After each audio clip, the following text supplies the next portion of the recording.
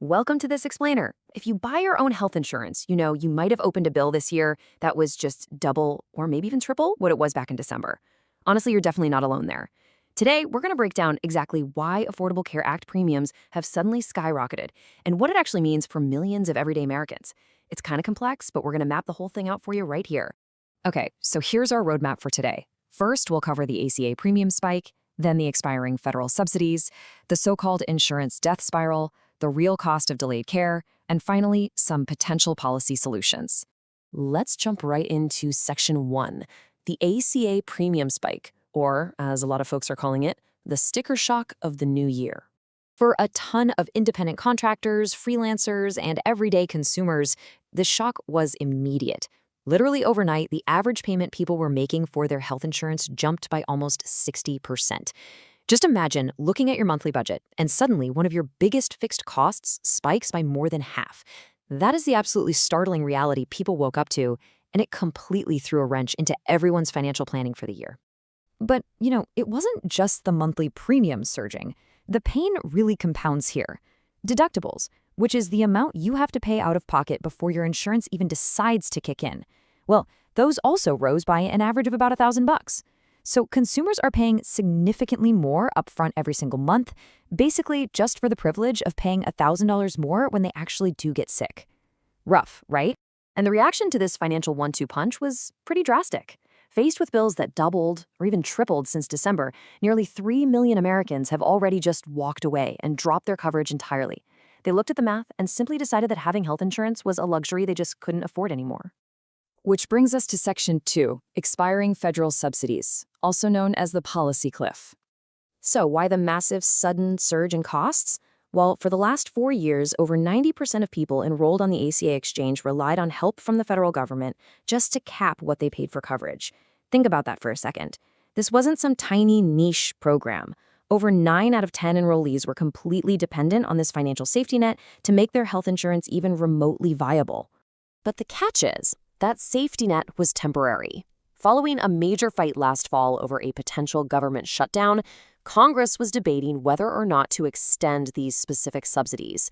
Ultimately, they allowed them to expire on January 1st. The very second the calendar flipped to the new year, that federal help vanished.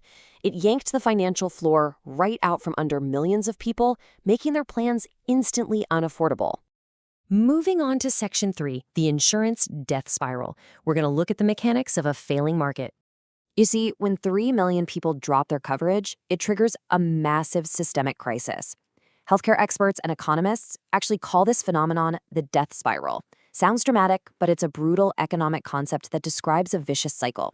Basically, when people drop out of an insurance market, it fundamentally changes the makeup of who is left inside that market. That, in turn, guarantees even higher costs in the future, which naturally prompts even more people to leave. Let's break down exactly how this cycle plays out step by step. Step 1. When prices spike, the healthiest folks are usually the very first to walk away, simply because they feel they can risk going without coverage. Step 2. The pool of people left behind in the insurance plan is now, generally speaking, sicker and much higher risk. Step 3. Because those remaining patients require more expensive care, insurers are forced to hike their rates again to cover the costs. And finally, Step 4. Those higher rates push even more healthy people out. The vicious cycle just repeats itself as costs go up and up and up.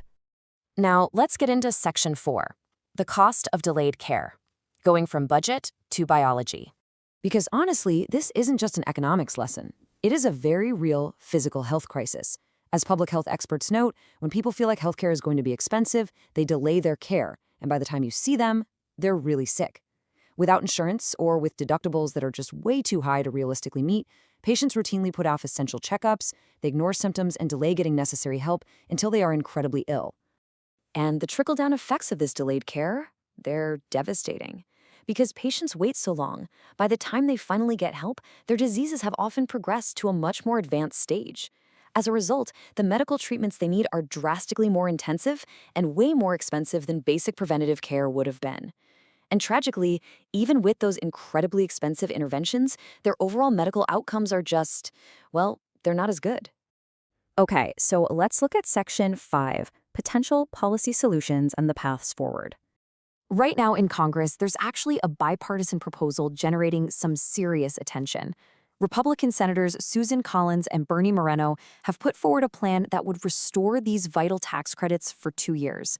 This proposal is drawing support from across the aisle, and it's really designed to serve as a bridge, basically maintaining affordability through the end of the current administration while a longer-term solution gets debated.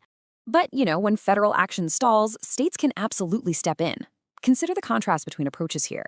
While federal inaction and the expiration of those subsidies led to a massive nationwide drop of nearly 3 million people from coverage, the state of New Mexico took a totally different path. They proactively replaced the lost federal funds with their own state subsidies. And the result? New Mexico became the only state in the country where ACA enrollment actually rose. It really proves that when insurance is made affordable, people will sign up. So, knowing that basic affordability is the primary hurdle for millions of Americans, what should the future of our healthcare policy look like? Are we going to wait on a divided Congress to restore these federal subsidies, or will we see more individual states taking matters into their own hands, mirroring New Mexico, just to prevent the insurance death spiral? It's an absolutely critical question, and how it gets answered is going to impact our health and our wallets for years to come. Thanks so much for joining me on this explainer.